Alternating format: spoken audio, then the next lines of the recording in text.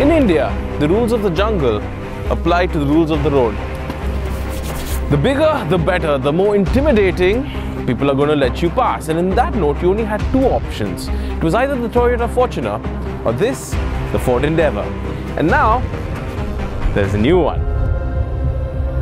Okay, I know what you're thinking, but it's new. I promise you, it's new. Nobody ever complained about the way the Ford Endeavour looked, so Ford haven't really messed with that formula. So this new one still looks like it can bully you on the road. Look closer and you'll notice a couple of new details. The Endeavour now gets a shiny new grille, a fresh paint of coat called diffuse silver, puddle lamps on the ORVMs, and a new design for the 18-inch diamond cut alloy wheels. What you'll never notice though is that the car is now 11 mm longer and 9 mm wider than before. Now, let me demonstrate the all new exterior feature on this car.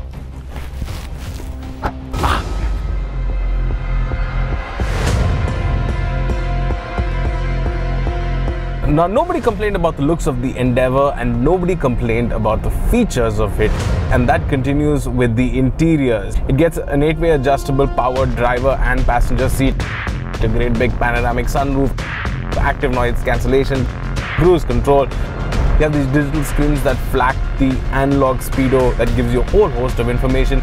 For now, the 8-inch infotainment touchscreen is now updated to make the graphics a little bit more crisp and more responsive. You can get up to 2,000 liters of space in the rear with a touch of a button to make the third row seats fold flat. So features wise, again, can't really complain. So nobody complained about the looks, nobody complained about the features, and nobody complained about the power. Ford have not messed with that either.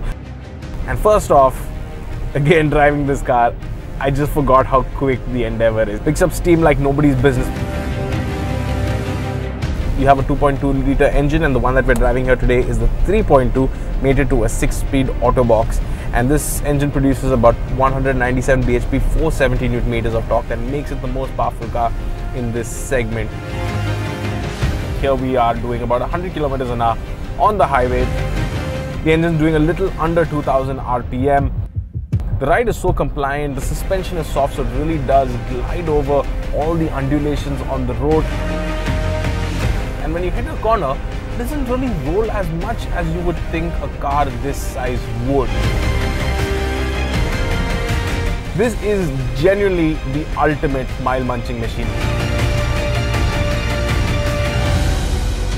The only thing that will prevent you from munching miles is the mileage itself, because even with the light foot, the 3.2 is not going to give you more than 9 kilometers per litre, which is probably why Ford have reintroduced the 6-speed manual transmission, but that's only available with a 2.2 litre engine option. With a light foot there, you can get up to 13.5, 14 kilometers per litre.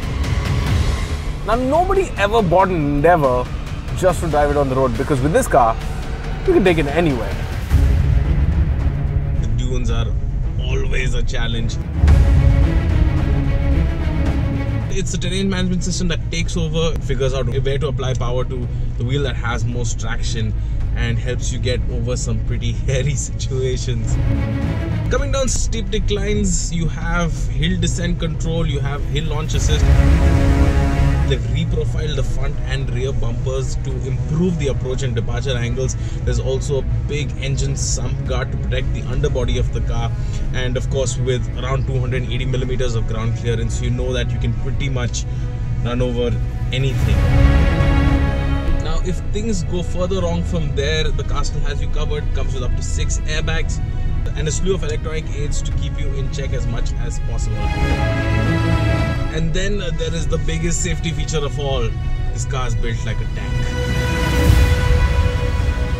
Adding to your off-road arsenal, the Endeavour comes with locking diffs and a low-range gearbox as well to get you out of stickier situations so neatly.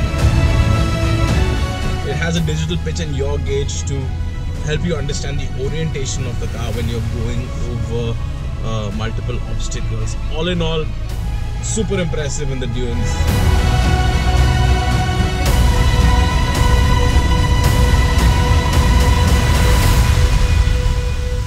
You see, the Endeavour has always been a really hard car to fault. There isn't anything particularly wrong with it. The car is now going to be available only in the Titanium and Titanium Plus trims.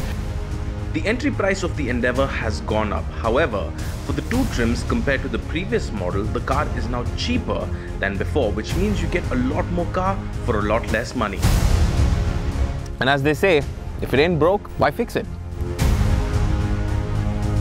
Thank you so much for watching this video, folks. Do let us know what you think about the new facelifted Endeavour in the comment section below. My name is Glen, you're watching PowerDrift, and until next time, bye-bye.